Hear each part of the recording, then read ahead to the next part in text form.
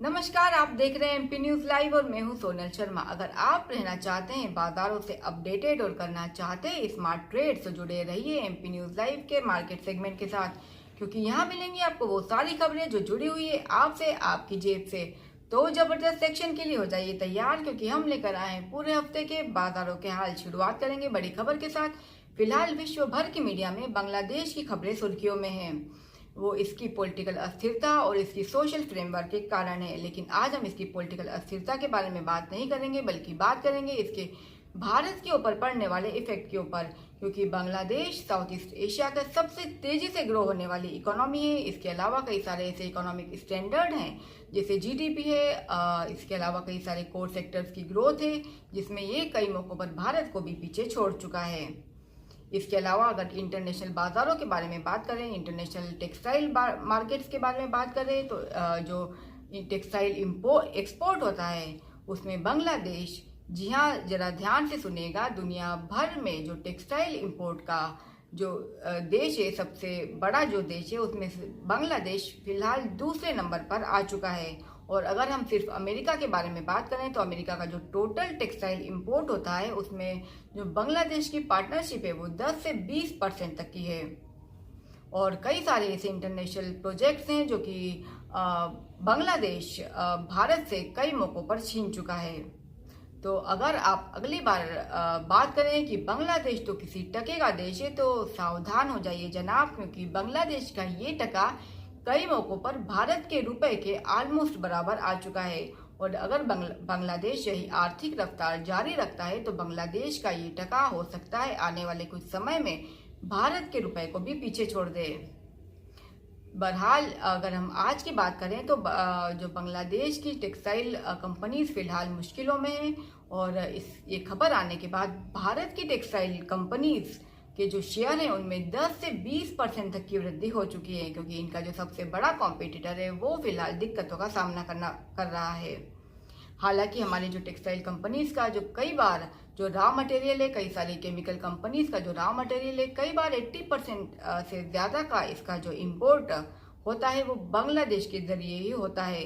तो आशा करते हैं बांग्लादेश की पॉलिटिकल अस्थिरता जल्दी से ठीक हो और भारत और बांग्लादेश के बीच में जो व्यापार है वो फिर से बहुत जल्दी बहाल हो।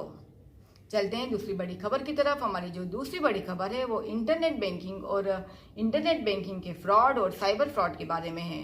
भारत में फिलहाल साइबर फ्रॉड कितना ज़्यादा बढ़ चुका है इसका अंदाज़ा इसी बात से लगाया जा सकता है कि पिछले वर्ष के मुकाबले अभी तक भारत के जो साइबर फ्रॉड है उसकी संख्या वो 2 से 3 गुना तक ज़्यादा बढ़ चुकी है।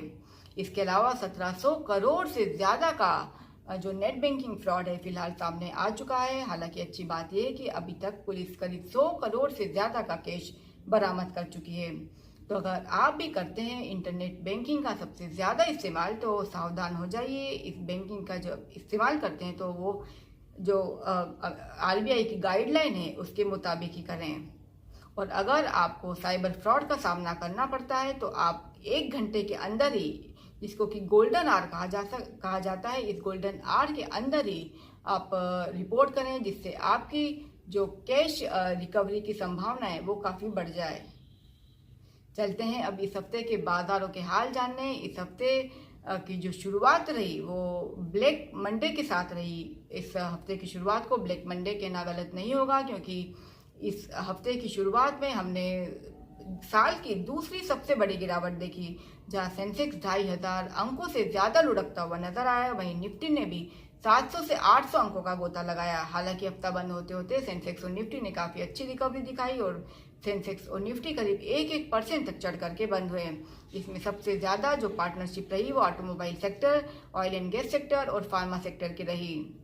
चलते हैं करेंसी बाजारों की ओर। करेंसी बाजारों में हम पिछले कई सप्ताह से कहते आ रहे हैं कि रुपया बड़ी धीरे धीरे खामोशी से 84 के लेवल की तरफ जा रहा है। तो और आज भी जो रुपए की क्लोजिंग रही वो रिकॉर्ड लो के रही, 83.96 के आसपास की इस हफ्ते की क्लोजिंग रही।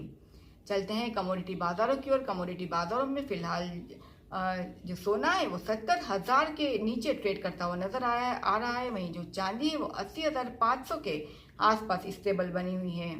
इसके अलावा क्रूड ऑयल इंटरनेशनल बाजारों में हल्की फुल्की गिरावट पर ट्रेड करता हुआ नजर आ रहा है। ये थे इस हफ्ते के बाजारों के हाल। अब अगले हफ्ते काफ़ी सारी ऐसी F&O की कंपनीज है जिनके रिजल्ट्स आने वाले हैं, काफ़ी सारी बड़ी मेटल सेक्टर की कंपनीज है जिनके रिजल्ट्स आने वाले हैं, तो ऐसी कंपनीज के ऊपर रखिएगा नज़र। चलते हैं अब ये जो आज का हमारा बुलेटिन है इसको बंद करते हैं। बाकी खबरों के लिए जुड़े रहिए MP न्यूज़ लाइव के साथ। नमस्कार।